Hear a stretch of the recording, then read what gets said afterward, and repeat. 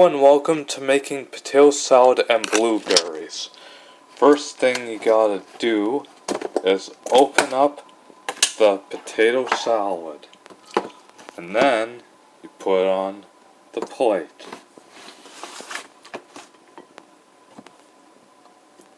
Okay, one more spoon, and I guess that'll be it. Okay, I guess that's it for the potato salad. Now we gotta do blueberries. Pour on here. Oof. Oh man, blueberries are all over the place a little bit. And here, and voila! Here's your eggs. Here's your potato salad and blueberries. Bonne Appetite, everyone.